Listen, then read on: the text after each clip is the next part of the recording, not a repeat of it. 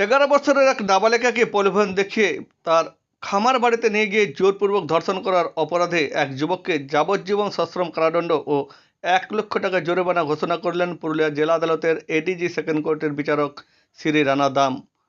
পুরুলিয়া জেলা আদালতের আইনজীবী আনোয়ার হোসেন আনসারি জানিয়েছেন, গত 6/6/2020 সালে বড়বাজার থানা এলাকায় একদিন সন্ধে 6:30 নাগাদ সঞ্জয় কৈবর্ত নামক এক যুবক 11 বছরের ওই নাবালিকাকে তার বাগান বাড়িতে ফুসলিয়ে নিয়ে যায় এবং সেখানে তাকে জোরপূর্বক ধর্ষণ করে। রক্তাক্ত অবস্থায় ওই নাবালিকাটি বাড়িতে কাঁদতে কাঁদতে সে অভিযোগ করে এবং ওই নাবালিকাটিকে প্রথমে বড়বাজার ব্লক প্রাথমিক স্বাস্থ্যকেন্দ্রে ভর্তি করে পরে উন্নত চিকিৎসার জন্য পাঠানো হয়েছিল পুরুলিয়ার দেবেন মাহাতো সদর হাসপাতালে। সেখানে প্রায় 12 দিন চিকিৎসাধীন অবস্থায় ভর্তি ছিল নাবালিকাটি।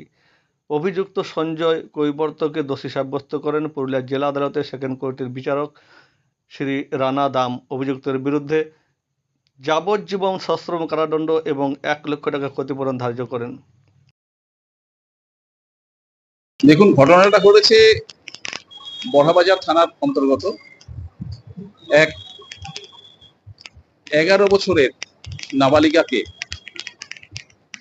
কিছু প্রলোভন দেখিয়ে নিয়ে ওই আসামের সঞ্জয় কৈবর্ত তাকে নিয়ে যায় এবং তার খামার বাড়িতে তার উপর ধর্ষণ করে নির্মমভাবে অত্যাচার করে। মেয়েটা তারপরে কোনো রকম ছুটে রক্তাক্ত অবস্থাতে বাড়িতে আসে। মা বাবা তাকে জেনেন দেয়ার বিপিএসসিতে নিয়ে যায়, তারপরে ওখান থেকে সদর হসপিটাল নিয়ে যায়। সেখানে 11 দিন ধরে চিকিৎসা হয়।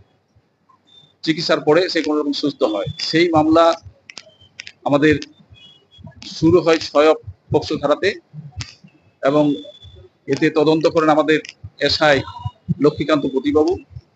আজ সমস্ত বিচার পরীক্ষা শেষ হওয়ার পরে রায় মাননীয় জজ সাহেব স্পেশাল কোর্ট 2 রানা দাস সাহেব আজকে একটা জাজমেন্ট দিলেন যে যাবজ্জীবন জেল সঙ্গে 1 লক্ষ টাকা ফাইন, অনাদায়ে আবার 1 বছর। এই হচ্ছে আজকে রায় মাননীয় জজ সাহেব। আমার নাম আনোয়ার আলী আনসারি, স্পেশাল পিপি পুরুলিয়া। বড়বাজার থানাতে একটা কেস রেকর্ড হয়েছিল 2020 6/6/2020 আন্ডার সেকশন 6 পক্সো অ্যাক্ট। এখানে সঞ্জয় কৈবর্ত নামে একজন ব্যক্তির নামে একটা কমপ্লেন ছিল যে একজন মাইনর লেডিকে, মাইনর গার্লকে সেক্সুয়ালি অ্যাসল্ট করেছিল এবং অ্যাগ্রাভেটেড সেক্সুয়ালি অ্যাসল্ট ছিল। তার ফলে ওই ভিকটিম তার প্রাইভেট পার্টসে আঘাতপ্রাপ্তও হয়। এই কেসটাকে আমরা আমাদের যে আয়ো ছিল এসআই লক্ষ্মীকান্ত পতি, তিনি এটা তদন্ত করেন। তদন্ত করার পর উনি চার্জশিট সাবমিট করেন। আমরা এই কেসটা ট্রায়াল মনিটরিং করি, ট্রায়াল হয়। আজকে এই কেসের সাজা ঘোষণা হয়েছে। এডিজি সেকেন্ড কোর্ট সঞ্জয় কৈবর্তকে যাবজ্জীবন সাজা দিয়েছেন। উনি যেটা বলেছেন,